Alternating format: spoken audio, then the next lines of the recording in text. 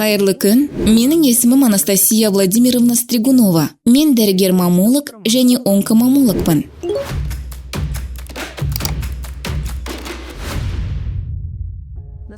Шындығында бұл миф.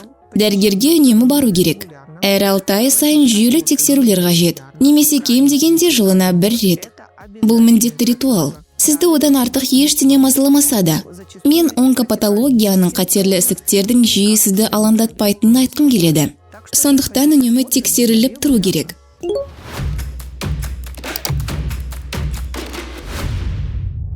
Негізінде бұл миф.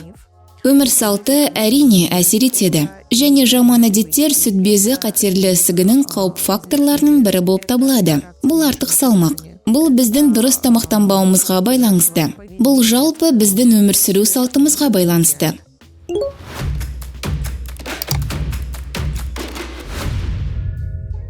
Шын мәнінде сүт безі қатерлі ісігінің пайда болуында тұқым қуалаушылық әрине белгілі бір рөл атқарады.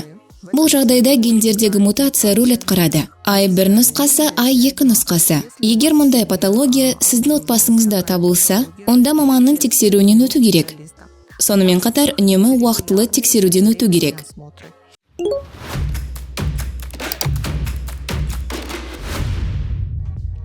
Іс жүзінде 2 нұсқасы бар. Және бұл миф деп айта аламыз. Және сонымен қатар бұл миф емес болуы да мүмкін.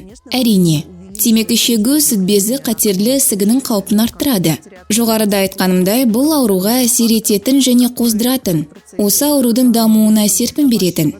Және темекі шегу процесінде темекі түтінін шығару. Темекі түтінімен тыныс алу процесінде организмде канцерогенді заттар жиналады. Бұл ауруға жасушалардың бұзылуына әкеледі. Пассивті темекі шегу де қауіп фактор болып табылады. Темекі шегудің зияны ағзада жиналады.